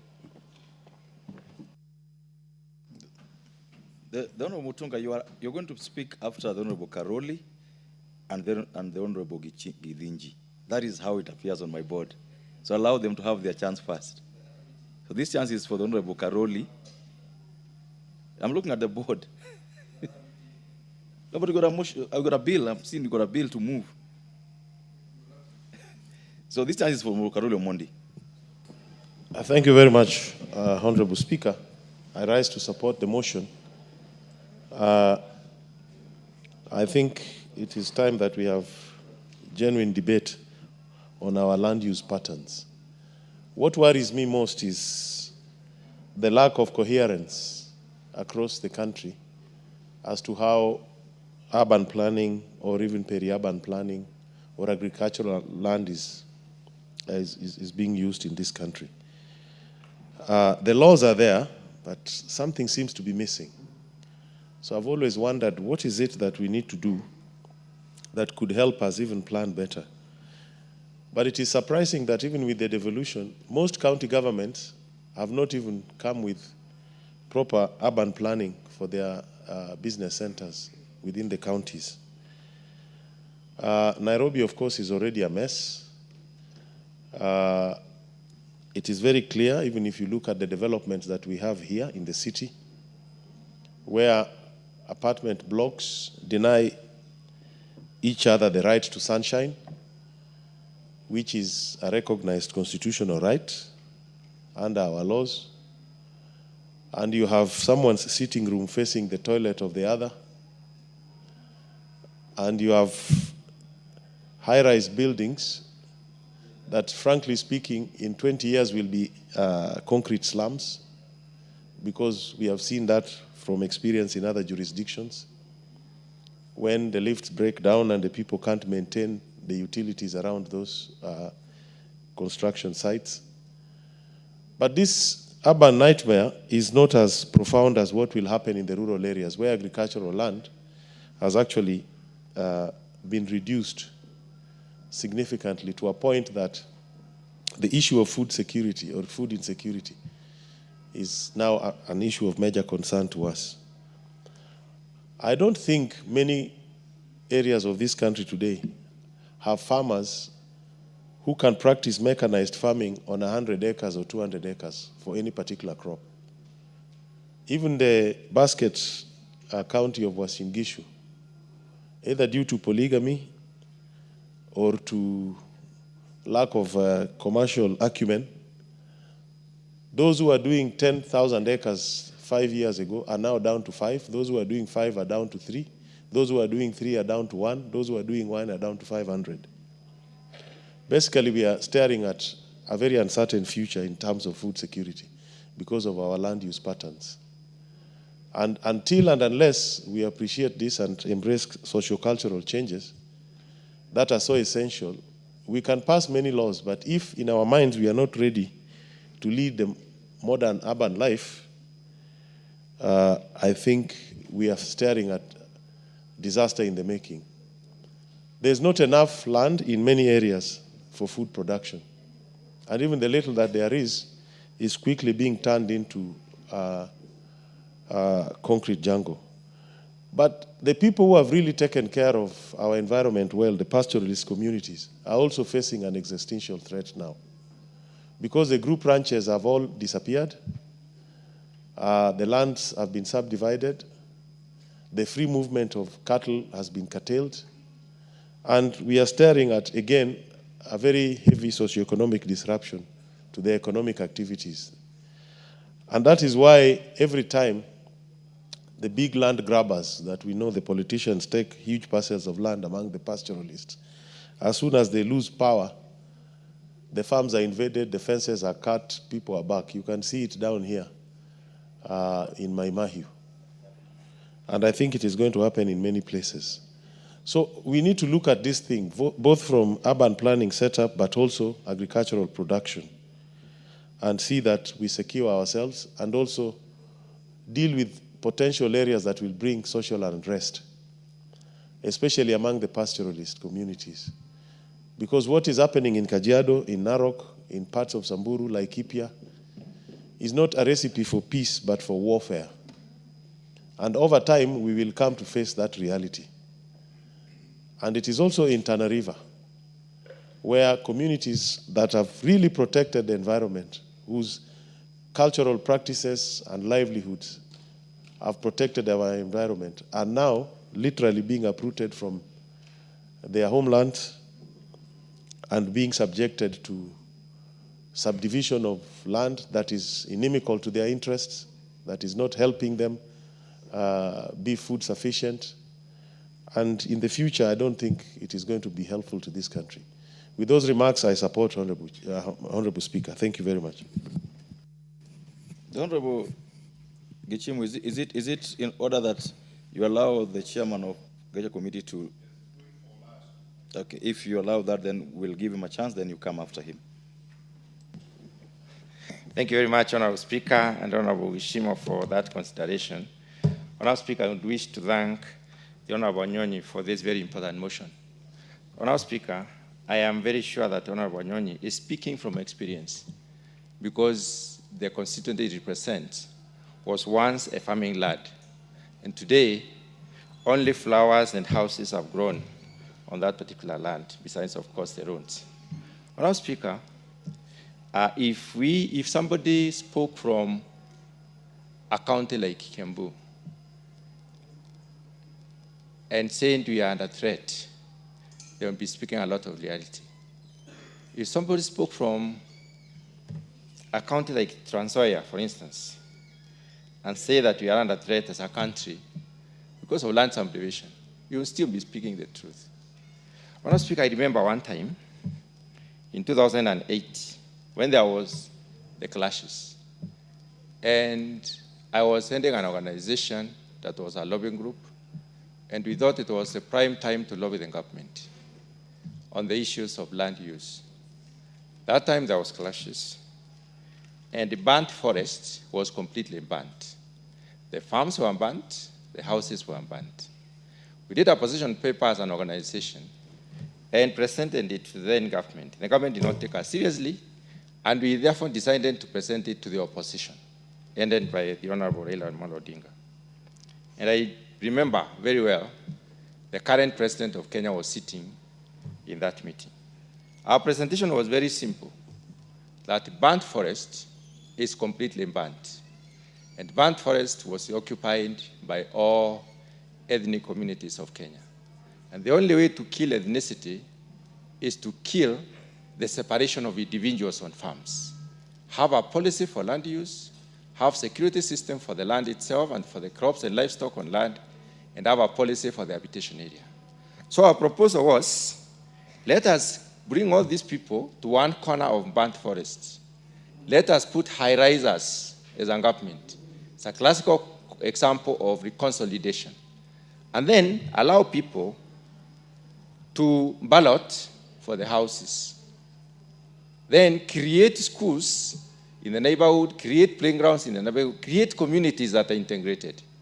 And therefore, through the balloting, Honorable Speaker, maybe a Kikuyu would have gotten a house in 7th floor, a Luo a house in 6th floor, a Kalenjin a house in 3rd floor, a Kisii a house in 4th floor, and so on and so forth. Nobody would ever have burnt somebody else's house thereafter. And that is the principle, I believe, the Kenya Kwanza government is applying to try and bring people together and avoid spreading horizontally. Because growth vertically is not limited, but growth horizontally is limited in as far as it occupies land. Madam Speaker, our constitution is very, very, very clear. The Article 60, and I wish to look at the principles of land policy. This article pronounces itself to the effect that it sets the foundation for land reforms by outlining the key principles for land management and administration. Brings out the issue of equity on access to land, which has been overexploited in this country, security of land rights, sustainable and the productive management of land resources, transparent use of, transparent and cost-effective administration of land, sound conservation of ecological sites, ecologically sensitive areas, elimination of gender discrimination in land and property matters, and encouragement of community participation in land dispute. In this policy provision, there is nothing on demarcation of land and specification of use for optimization of economic benefit from such land. Madam Speaker, the former speakers have alluded to the way the Constitution describes land. But what have we done as a country since we got the new Constitution? In 2012, we had the National Land Act of 2012, which was enacted basically to give effect to the constitutional provision by revising the consolidation and consolidating various land laws and ensuring sustainable land management. Sustainable land management has the connotation of the user of the land. Madam Speaker, on community land, there is a Community Land Act of 2016, which basically operationalizes Article 63.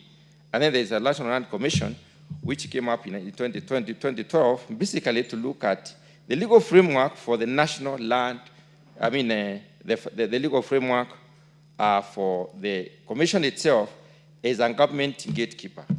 Madam Speaker, having said that, we are saying that our constitution recognizes the importance of land and the importance of organizing ourselves in terms of the user. I like this particular motion because it brings about land and agriculture and combines the two very well. I'll say that it is important because agriculture happens on land, and very little agriculture, what is called hydroponics, may happen outside land, but all the agriculture as we know it happens on land. So if we do not use land sustainably, it therefore implies that we jeopardize the possibilities of the future generations to benefit from the land as a resource and as a provision. So this relationship on land itself and agriculture is very, very key. And I want to loop in the issue of environment. Environment happens also on land. And the land management has a connotation of improvement of the environment. Honourable Speaker, as a country, we have aimed a lot more on segmentation, on subdivision, on monetization of land. The predicament we are in is that we do not look at land in view of its user. There is documentary evidence, which is empirically proven, that about 16 to 17% of land in agriculture is available for crop production without requiring irrigation. What that means is that we can only grow crops in about 17% at most without irrigation, either supplementary irrigation or entire infrastructural set of irrigation. Honourable Speaker, what that tells us is that we need to be extremely careful. But then let's look at where is that 16% or 17% of agricultural land. It is around central Kenya, it's in the Western Islands, it is in the southwestern islands, and around Mount Kenya region. Honourable Speaker, that land has been put into alternative use. And I would like to say this, that whenever we put up a building, a brick building or a stone building on land, we deny agricultural use for that land for more than 100 years, unless some deliberate effort is put in place to demolish, carry away the rock, and then rehabilitate the soil. So, Honourable Speaker, I hate to interrupt you, but based on the places you've mentioned, what do you say about the deliberate policy then of or unclassifying lands in Nyanza, Western Kenya, where we are told we couldn't do coffee, yet coffee can do very well in Western and Nyanza. We are told we could not do crops because they are, in quotes, white crops. How does that add into what you're debating now? Honourable Speaker, agriculture is professionally organized in the sense that there is clear identification of the agroecologies in Kenya. There are about 7. In those agroecologies, there is also the linkage between the agroecological zone and the crops and livestock that can do well in those, that can optimize the use of those zones. So most of the areas in this country can be used for specific purposes based on the degree of optimization and the correctness of linkage. Now, we are discovering slowly that the greater Rift Valley can be used for coffee production. We're also discovering that Nyanza, some parts of Nyanza can be used for coffee production. But this was not there in the past, has not been exploited as it were. As advancements have gone on research, in terms of producing relevant varieties and cultivars that would suit a given area, then we give such areas some relevance in terms of productivity. So it is possible to use such land for that particular purpose. Honourable Speaker, when did we go wrong? We went wrong at the point of when we decided to form land buying companies, and then instead of utilizing the piece of land as a unit, all of us as members of that particular land buying company, we decided to subdivide it into give me a minute more. Individuals. And that is why we went wrong. We need to go back there. Honourable Speaker, when I look at Nairobi and wonder, when I look at Nairobi and I wonder where is Nairobi growing to, it would be very gratifying if Nairobi was growing towards the Rift Valley. Because along the escarpment, we would have the most beautiful houses in this world, overlooking the valley and also giving people an opportunity to watch sunset. But we are growing towards Kiambu. We are taking up the land that will be used for crop production, for our young nation and becoming younger by the day, Honorable Speaker, because I don't think we are very serious in terms of family planning. We are becoming younger and younger because the pyramid is like that. Very few people who are old and very many people who are young. And we are misusing or rather taking away the opportunities for the young people, even in that particular issue. So what do we need to do? We need to reorganize our land. We need to set aside land for agriculture, land for housing, land for urbanization. And then we need to have different rates for this land. Let us not monetize land as a commodity. Let us say this land is for agriculture and this is the price of land here. And you can only do agriculture in this particular area. There should be no change of use when it comes to agricultural land. Well said. Honorable Gichime. Thank you, Honorable Speaker, for allowing me also to weigh in this very, very important motion by Honorable Tim Wanyonyi, member for Westlands. Honorable Speaker, as I support this motion, I also support it with some rider because there exists a policy on land zoning in this country under the Physical and Land Use Planning Act, which separates land or zones lands into residential, commercial, agricultural, and industrial. However, what lacks, I believe, it's not on general policy on zoning.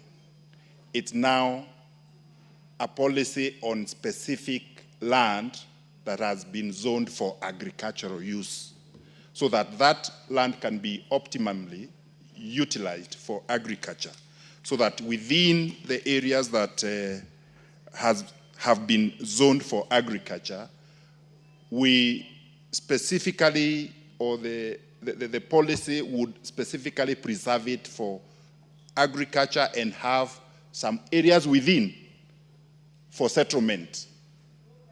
And that policy would really help because it would mitigate against the effects, the negative effects of the climate change, because a lot of land would be used for agriculture. And also, the services to the people. If like 1,000 acres are zoned for agriculture, and probably people are consolidated within a smaller area of about maybe 5 acres or so, then it will be easy for people to be provided services like roads, electricity, water, schools, and all the other amenities together. And it will be very easy and cheaper even for the government. And all the other remaining land would definitely boost food security because there will be what we call the economies of scale in terms of production. Honorable Speaker, however, as we also look at this policy, it is the implementation is also subject to the other land regime, the land regime we have in this country, because the ownership is under a different regime.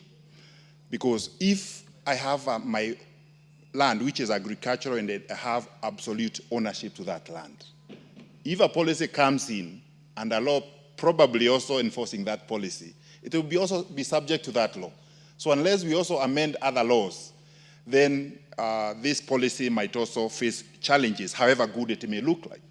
But now, I think if it were possible also to amend that it is a policy that is,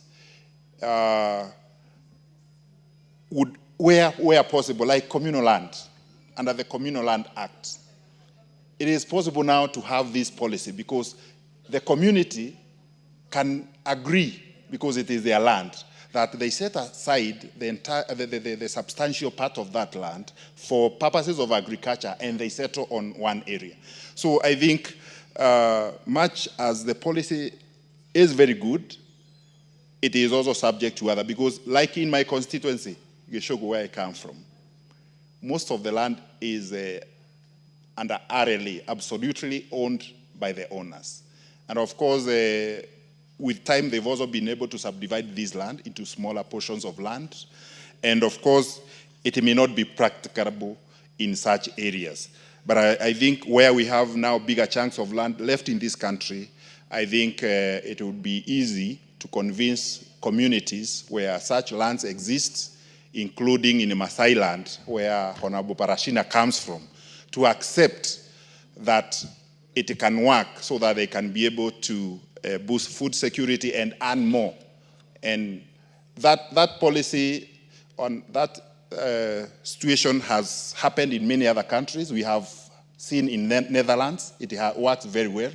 We've also seen in Israel, where we have the kibbutz system, whereby people own land and live in just smaller areas where their services can be provided, and they own the entire land in shares or in whichever way they may agree to share the proceeds of the land.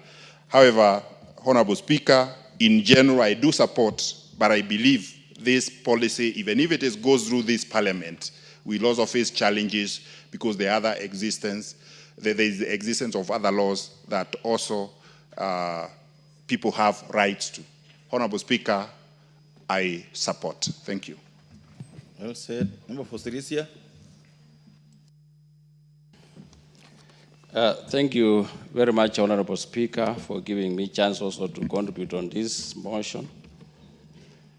I rise to support the motion, Honorable Speaker, motion number 044 of 2023, moved by the Honorable Tim Wanyonyi, MP Westlands, for government through the Ministry of Land, Public Works, Housing, and Urban Development. Honorable Speaker, land is not just an asset. It is a foundation of our national economy, identity, and future prosperity. Honorable Speaker, agriculture particularly remains the key significant economic drive. Honorable Speaker, the Central Bank of Kenya,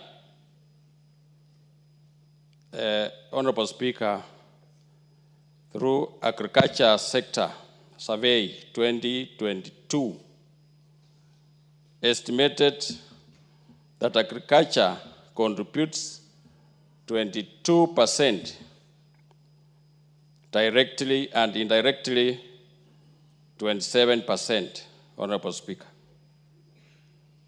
Indirectly to our GDP, particularly through its linkage to trade, transport, and manufacturing, over 44%, Honorable Speaker. Kenya drives the livelihood from agriculture, with rural counties almost entirely, Mr. Speaker, depend on it. Honorable Speaker, in this country, Honorable Speaker, land is very important to each and every one of us. People fight, even kill each other because of land, Honorable Speaker, as you know. Honorable Speaker, I call this House to support this motion as a forward-looking national policy that can help this country. Honorable Speaker, this motion calls for a government to act within it is constitutional policy and mandate to create a zoning framework for the surplus agriculture and land from land marked for settlement and commercial development. Honorable Speaker, the framework or a zoning policy would also complete the affordable housing program, causing that housing projects are implemented within a designed, build up a zoning, and also in a high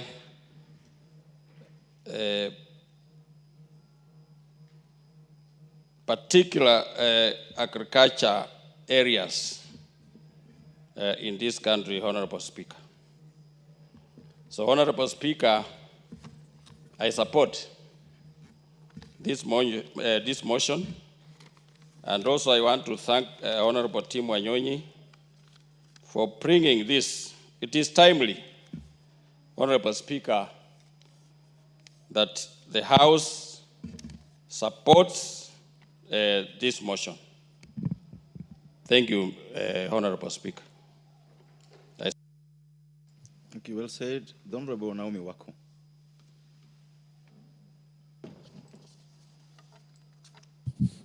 Thank you, Honorable Speaker, for allowing me to contribute to this very important motion, as I also congratulate Honorable Wanyonyi, Tim Wanyonyi, for coming up with this formulation of land use policy on zoning of land for agriculture and building development. Honorable Speaker, our country is growing very fast, and we also have a lot of dreams so that we grow our country and also come up with development structures.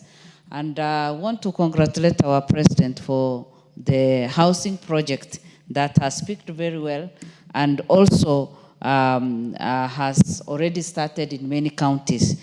As a result of that, many of our people who didn't have a shelter today are very happy and are enjoying the comfort of at least good home where they can bring up their children and also enjoying that good environment. Honorable Speaker, I want to concentrate on the agricultural land.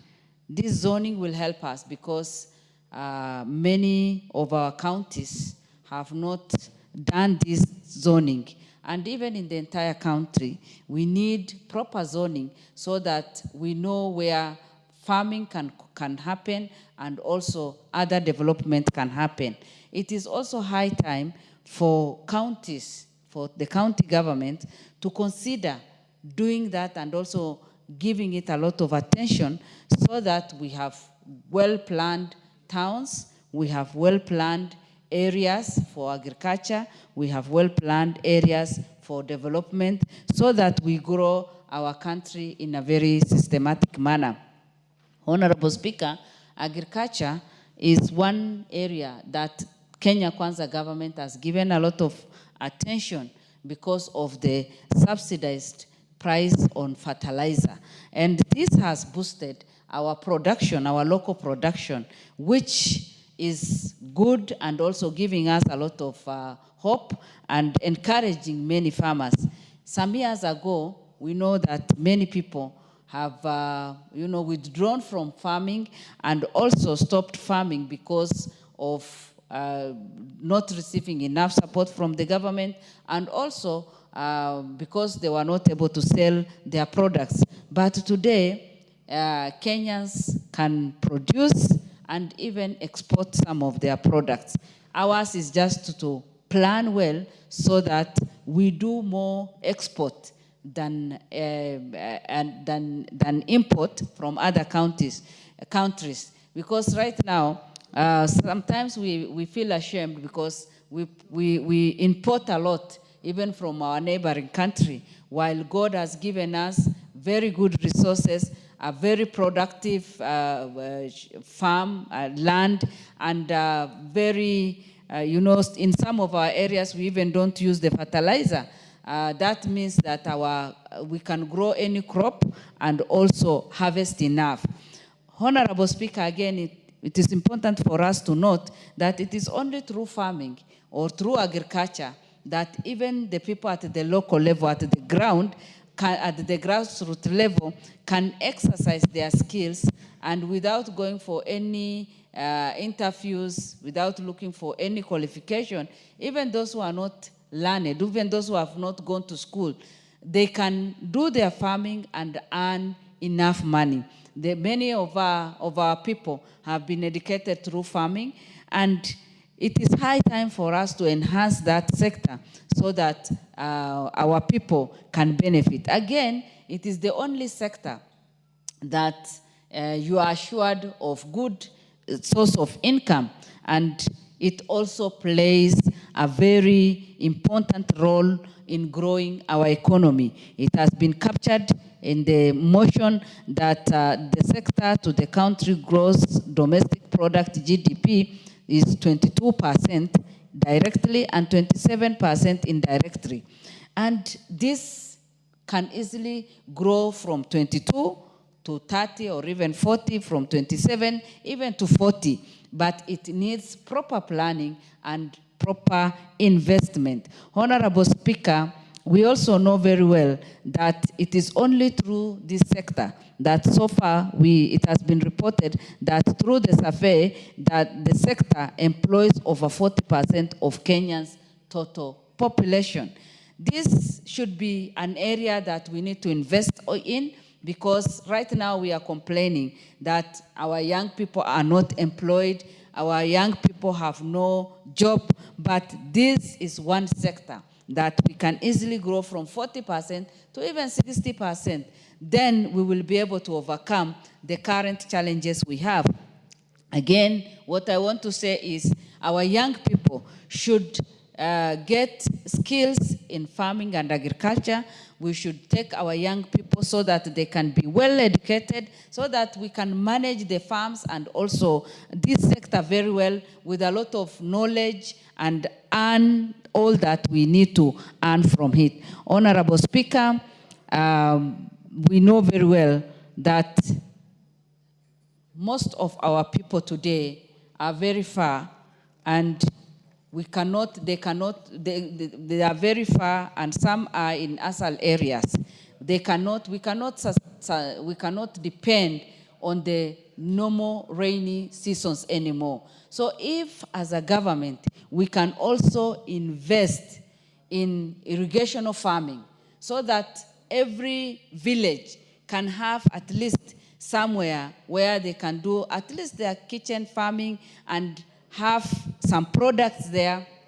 And also, like the Galana Kulalu, where we have the irrigation, and improve on that, because as a country we should be challenged. If you look at Dubai and even Israel before all this, it is a desert, but they have transformed their country into something else. And they produce enough food from the desert. And in fact, they have the best fruits, they have the best, almost everything the best. And if as a country we can focus on agriculture, then we will be able to do great and also have a healthy society. Honorable Speaker, I agree with the resolutions that the motion is requesting, that this House resolves that the government, through the Ministry of Land, Public Works, Housing and Urban Development, puts in place the policy framework for effective land use in rural areas by consolidating and designating zones for built, development, for commercial and residential development with shared public utilities and separate zones for agriculture use in order to arrest further diminishing. We cannot, as a country, continue losing agricultural farm, because that is the backbone of this country.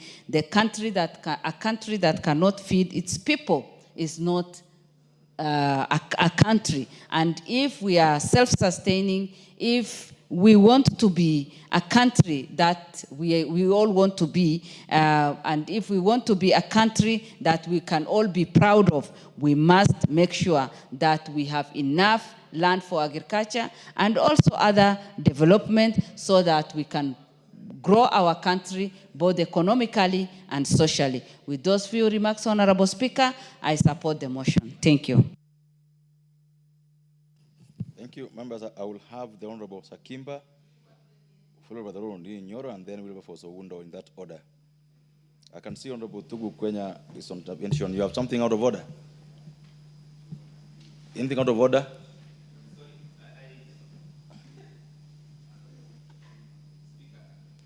Speaker, there's nothing that is out of order. So you walked in? Yeah, I pressed by missed, but then I couldn't change. So okay. I'm just queuing to speak. Okay, you are the last one in the queue. Okay, Mr. Speaker. Thank you. Okay. Thank you, Mr. Speaker, for giving me this opportunity to contribute on this critical or important motion by Honorable Timothy Wanyonyi on formulation of land use policy on zoning of land for agriculture and building development. Mr. Speaker, it's good to understand that a simple question is about implementation.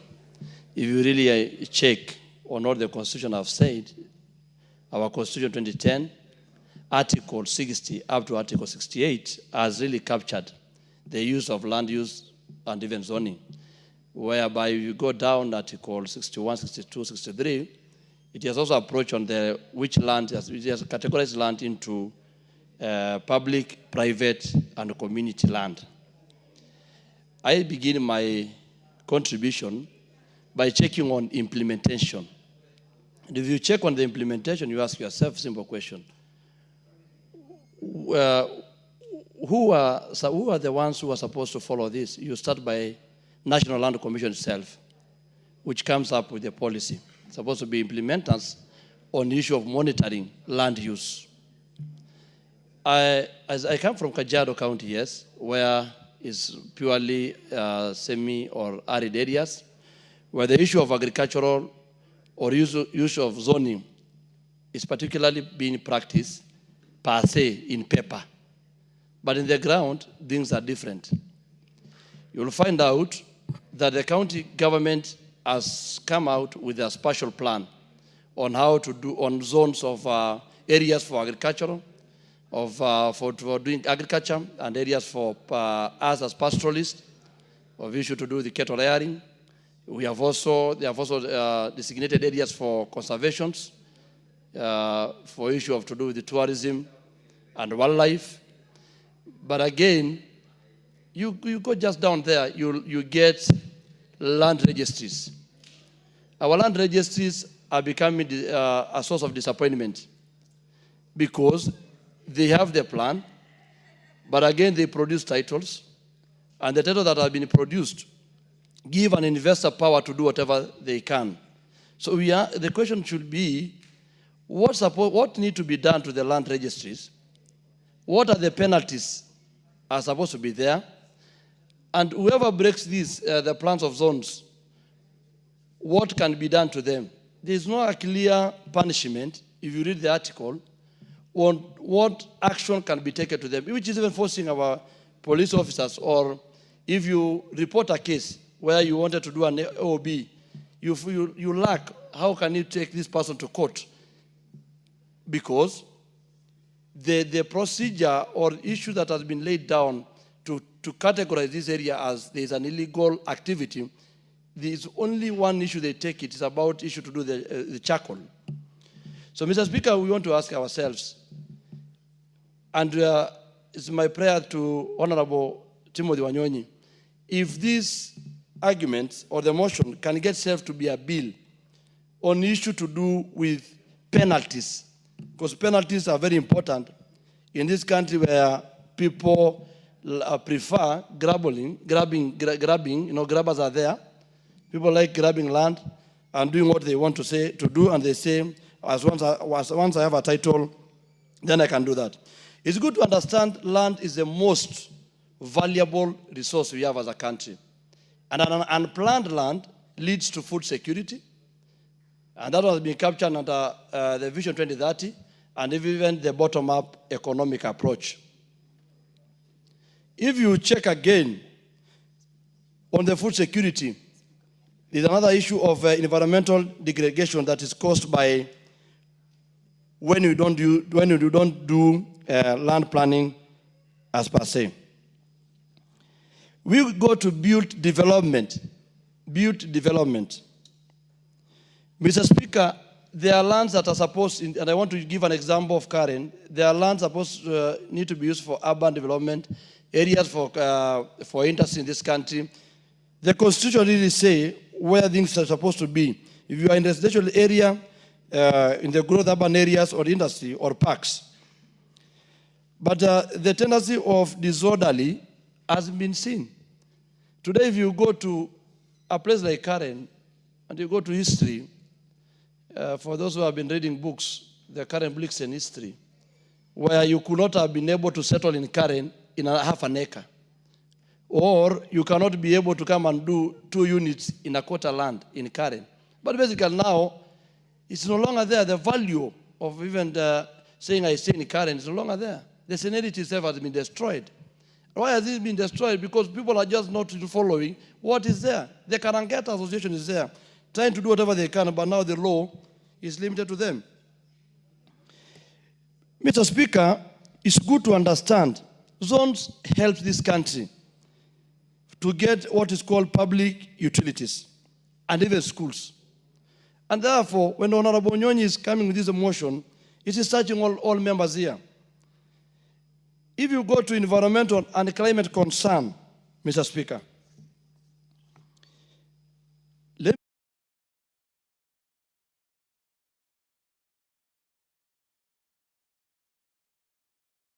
me the entire Kajiado County, because I'm saying we are arid and semi-arid areas. You wonder, because yes, there's an issue to do with the subdivision of land, as my colleague has been saying, on lands to do with group ranches. We set land for commercial, for issue to do with the settlement, and we do land for agriculture, and then we do the land for conservation. Now people in Nairobi, those guys who are call themselves big giants, they come, they buy land as like shares or whatever they want, they call them. They buy big size of land. Then after maybe 6 months down the line, you find the whole forest, where the places which were green, where there was water catchments, has been destroyed. The guy is busy putting cabbages. The guy is busy putting other things there in the land. And then when you ask them, they tell you, as long as I bought the land, you can't question me. And we have seen now, that one has destroyed, Mr. Speaker, as indigenous or pastoralists. That's a lifeline that the big giants have on our land when they understand that we have done zoning. Purposely we have done zoning. They come there and cheat our communities. And when they cheat them, now they start doing big projects. They don't understand my communities or pastoralists. Land to us is too emotional. You cannot have a community that surrender land for tourism, yes, and surrender land for wildlife. So you find like 100,000 of acres have been set aside for even wildlife to promote our tourism. That is our source of income. And that is being the source of our income, you find also is also our source of our pride. Someone come and destroy our water catchment, you come and destroy our hills just because you wanted to produce food for Nairobi or food for export or food for other purposes. So once people follow zoning and people be careful on that one, you will find out every community in this country is happy, Mr. Speaker. Mr. Speaker, on issue of balancing the interests, as even we are arguing as pastoralists, or they are most affected, But the issue of balancing the investors, I want to take you back to, Mr. Speaker and the members, the history of Ikidong Ranch, just there next to my Mayu. The land was taken from the community, and they basically taken by the community for issue to do with geothermal power production. But you're going to find 200,000 acres. How can 200,000 produce electricity, and the only electricity can be produced towards the hills or where the source of that one? So you'll find out, Mr. Speaker, that if at all we want to balance the interest of everyone, the only way to balance the interest of every community, of investors, of people who have resources, is by having the zoning. I've talked about the historical injustice, Mr. Speaker.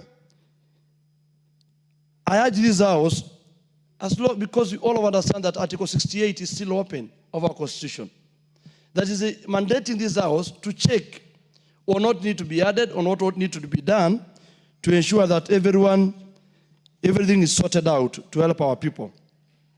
And Mr. Speaker, I conclude by saying I support the motion because it brings order, sustainable land management in this country. Thank you, Mr. Speaker. Before the member for Kiharu, fellow members, join me in welcoming the students from Ongata Academy, Kajedo North Constituency, Kajedo County. They are seated in the public gallery and they are welcomed for our proceedings this afternoon. Go ahead. Thank you very much, Mr. Speaker, for this chance to contribute to this motion.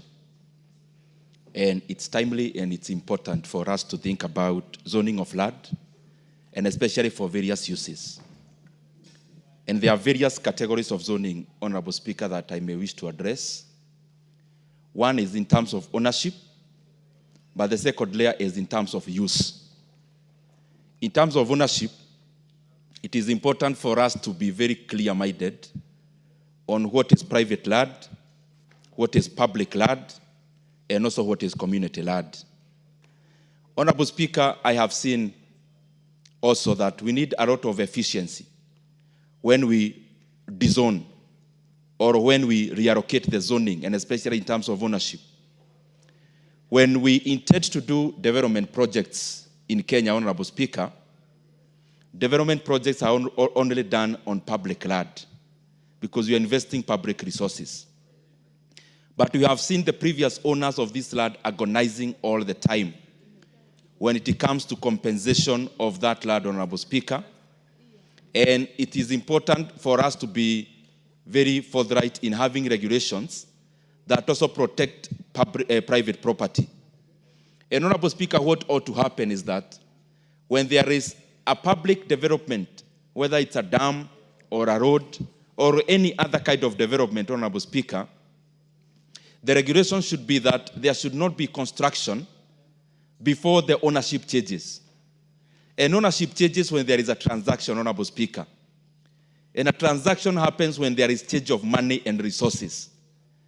Because I have seen many, countless families in Kenya who surrendered their private land, but they are yet to be compensated, yet the public facility or public development that was to happen already happened.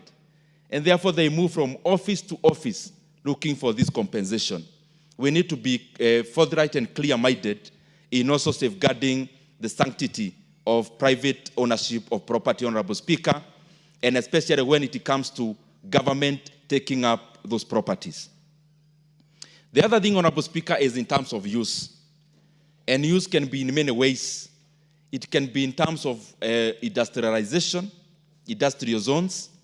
It could be in terms of development that is residential, commercial. It could also be in terms of agriculture, Honorable Speaker.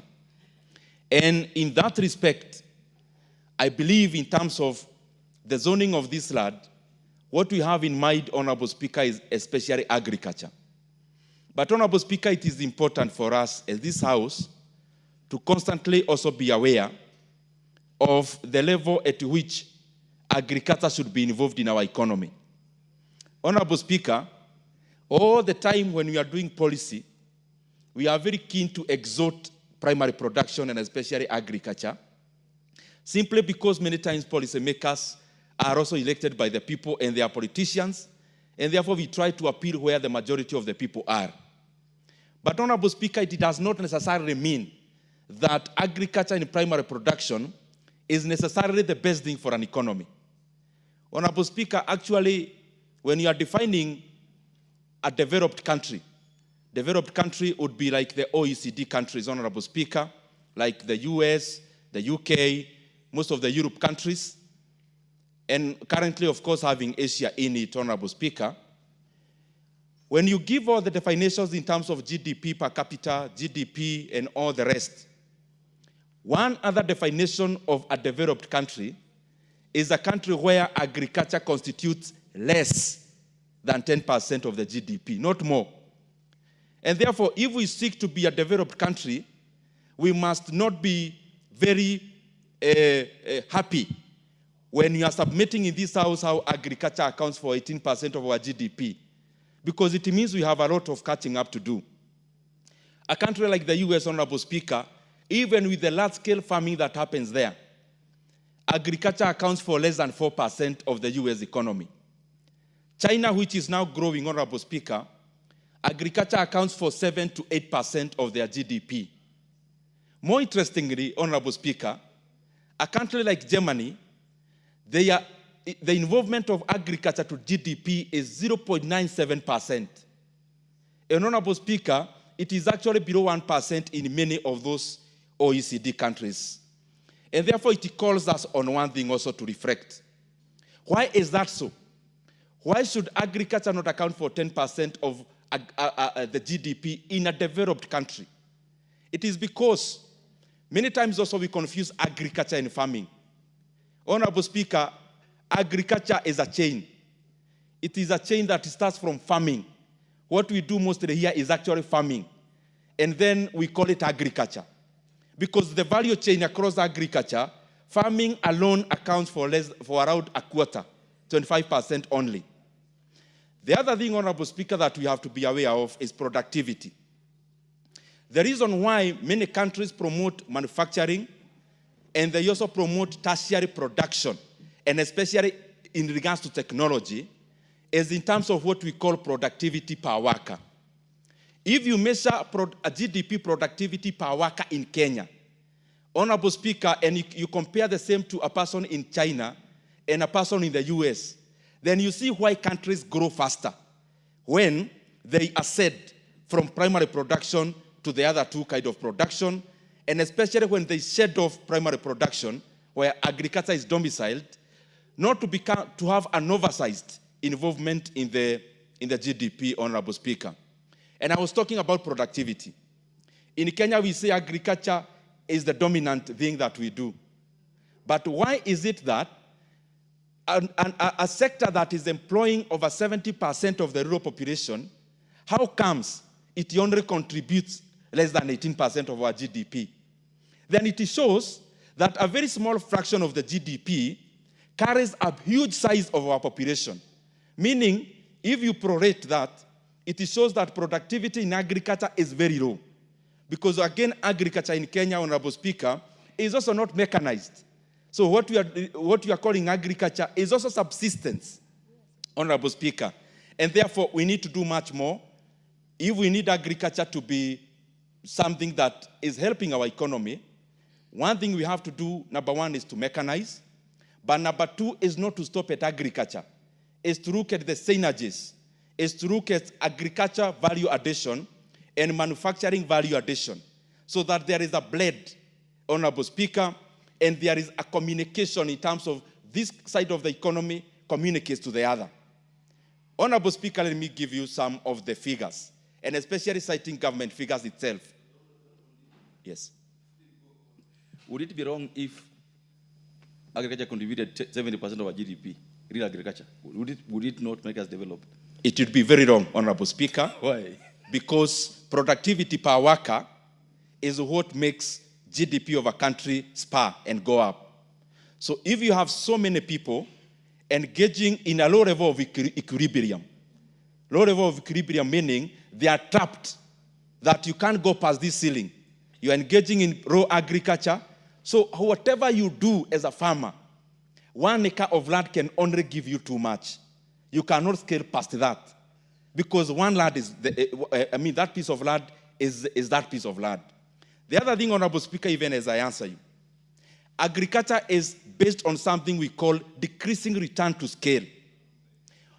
The other two, that is manufacturing and tertiary production, are based on something we call increasing return to scale.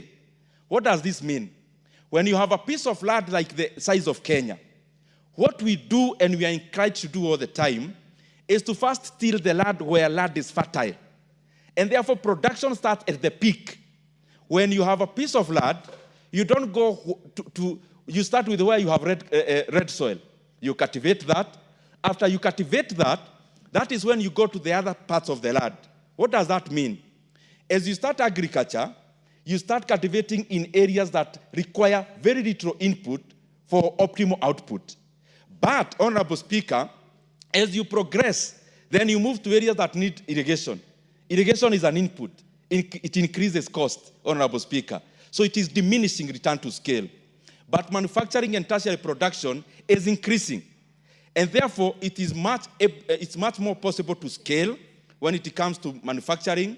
It is much more possible to scale when you're talking about tertiary production, and especially in tech. And that is why our economy, Kenya and Africa, must embrace that we have to keep on diminishing the involvement of agriculture in our GDP and hating the others. Again, Honorable Speaker, the produce from agriculture are based on what we call market. You will add in the 10 seconds, 10 minutes, 1 minute. Thank you very much, Honorable Speaker, for that 1 minute. I was just trying to make a point that, Honorable Speaker, it is important, even as we try to drive and to spur agriculture, it is also important that we grow the other areas. And the point I was making, every produce from agriculture and primary production is trapped in market prices. Because a mango in Kenya, an equivalent mango in Kenya, would cost the same in an equivalent mango in any other market. But when you come to manufacturing and tertiary production, you are able to do what is called differentiation of product. That you can have a car called Mercedes with the same function as a car called Toyota, but one may be priced higher than the other. And therefore, Honorable Speaker, that is why it is important for the economy to also look at the other two, because there is no way an economy grows based on primary production alone. I submit, Honorable Speaker. Honorable Undo. Thank you, Honorable Speaker. Allow me also to join my colleagues in thanking Honorable Tim Wanyonyi, the MP for Westlands, the famous Westlands, and probably the incoming governor of Honorable Speaker, for bringing this subject matter to public debate. Honorable Speaker, we have debated this matter for very many years, since I joined the University of Nairobi, when we started talking about development economics and economic problems of Africa. Honorable Speaker, land is not the physical space per se. It's the rights inherent in the land, it's the economic value in the land, it's the ability to use the land, abuse it without interfering with the rights of other people. As we debate this motion, and as we seek to support and properly escalate to the next level, it is important, Honorable Speaker, we put into mind 3 or 4 issues. The first issue is look at Chapter 5 of the Constitution of Kenya that sets out the principles of land policy, and which says equitable access to land, security of land rights, sustainable and productive management of land resources. Honorable Speaker, any motion or any law that is passed in this House or implemented in Kenya that infringes in any of those principles of land policy will become null and void ab initio. You, the lawyers, would say so. So, Honorable Speaker, as much as desirable to continuously plan and enforce those plans strictly, we must also appreciate one fact, that over the years, development theorists have been against the concept of very strict planning paradigms that restrict effective interchange of factors of production. Honorable Speaker, the second issue that we also need to put in place, there is the principle in land economics that talks about highest and best use. And highest and best use, Honorable Speaker, is the use of land that generates the highest returns, the use of land that's socially and legally acceptable, and the highest use is that one that has got planning or permission or authority. So, Honorable Speaker, we have debated this matter, and this debate emanated from the conversion of coffee farms in Kiambu into residential areas. We have done numerous studies. When I was a lecturer at the University of Nairobi, I supervised very many undergraduate students, master's students, and PhD students who delved in this matter exhaustively. And the conclusion was so simple. In order to safeguard economic rights, as enshrined under Article 43 of the Constitution, any planning or any zoning ordinance that do not allow conversion of any piece of land to achieve HBU will be indiscriminatory, will be infringing in basic human rights, and will be against Article 43 of the Constitution. So as we debate this matter, Honorable Speaker, and as Tim Wanyonyi escalates this forward, I need him to put that into mind.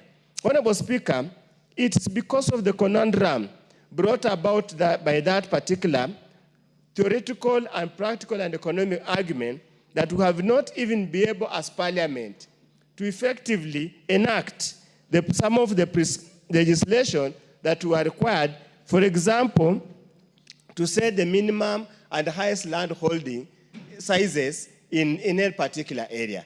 Simply because holding capacity, productive capacity vary from one region to another. So as we debate the practicability of implementing this particular motion comes into question and debate. I totally agree that the way we are doing parcellation, subdivision of land in this country, we are ending up into unsustainable parcels of land for agriculture purposes. If you travel all over the world, be it South Korea, be it in Europe, all over, there seems to be a concept of settlements and the large concentrated settlements and large parcels of land left for purposes of agriculture. That's laudable. But for us, Kenya, what is the per capita income? Or what's the GDP per capita coming from agriculture? And as Honorable Ndini Nyoro has said, it's much, much lower than even the service sector, the manufacturing sector, and other sectors. So the question is, can we continue to reserve large tracts of land for agriculture if we do not increase per capita, GDP per capita at purchasing power parity for land for agriculture sector?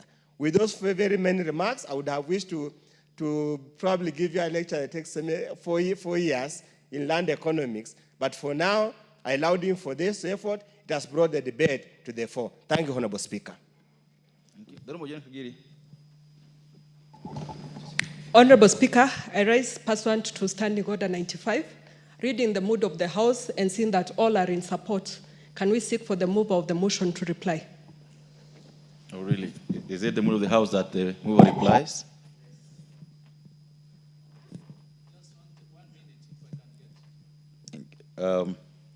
Looking at the time there, if you got a minute, then you won't be able to reply. So if we could ask Honorable Wanyonyi to reply.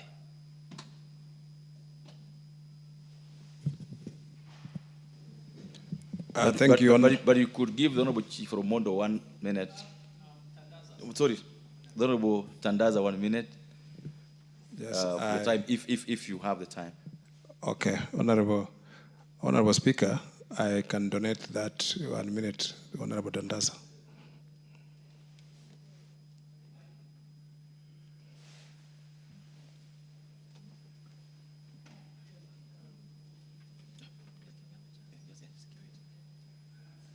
Give you a minute. Asante Mheshimiwa Spika kwa fursa hii. Kwanza ni kutoa shukurani kwa Mheshimiwa Tim Wanyonyi, Governor anayetarajiwa kwa kuleta mswada huu muhimu. Nitakuwa mfupi, haswa hili swala la wakati ardhi inachukuliwa na watu hawawezi kulipwa wakati imebadilishwa. Nikiwa hapa ninajua kwamba kuna ile barabara pale ambayo imejengwa inaitwa Dongo Kundu ambayo ilichukuliwa, ilikuwa ni mashamba ya watu, ikafanywa barabara, ikageuzwa matumizi na mpaka sasa hawajapata ridhaa, na ili hali barabara inaendelea, ishafunguliwa na watu wanatumia. Kwa hivyo wakati tumefanya hizo taratibu, ni lazima pia sheria ifuatwe wakati hayo mageuzi yanafanywa ili wananchi wasiweze kukandamizwa. Asante Mheshimiwa Spika. Thank you. Honorable Wanyonyi. Thank you, Honorable Speaker. Honorable Speaker, first I want to thank all members who have contributed to this motion. Mr. Speaker, you can see how land use, if properly put to use and properly have proper guiding policy and regulation, it can we can maximize on the land use, not just on agriculture, as has been said by various speakers, Madam Honorable Speaker, but for many other uses, including industrialization and settlement. So that, Honorable Speaker, when there's a policy guideline, it will inform those who are interested in development that land in particular areas is set aside for particular use. For example, industrial estates or any other, or urban development, housing, and others, Mr. Speaker. So land is a resource that, Lord, Mr. Speaker, it is diminishing, and sometimes we have to be very careful how to plan. Even sometimes I see, like in Nairobi, Honorable Speaker, there's no more land even for putting up public utilities like schools and even markets, because the land has been used in a very haphazard manner. And when you go to big cities like London, you will still find spaces of land within the city, Mr. Speaker, which have been set aside for recreation and other purposes. So it is always good to have proper fiscal planning and others, and proper use of land so that it can be, they can get maximum use of it. Mr. Speaker, I beg to reply and thank you very much. Thank you, members. The decision on this motion will be made the next time it appears in the order paper. And all members, time now being 1 p.m. This House stands adjourned until today, Wednesday, the 24th of September 2025 at 2:30 p.m.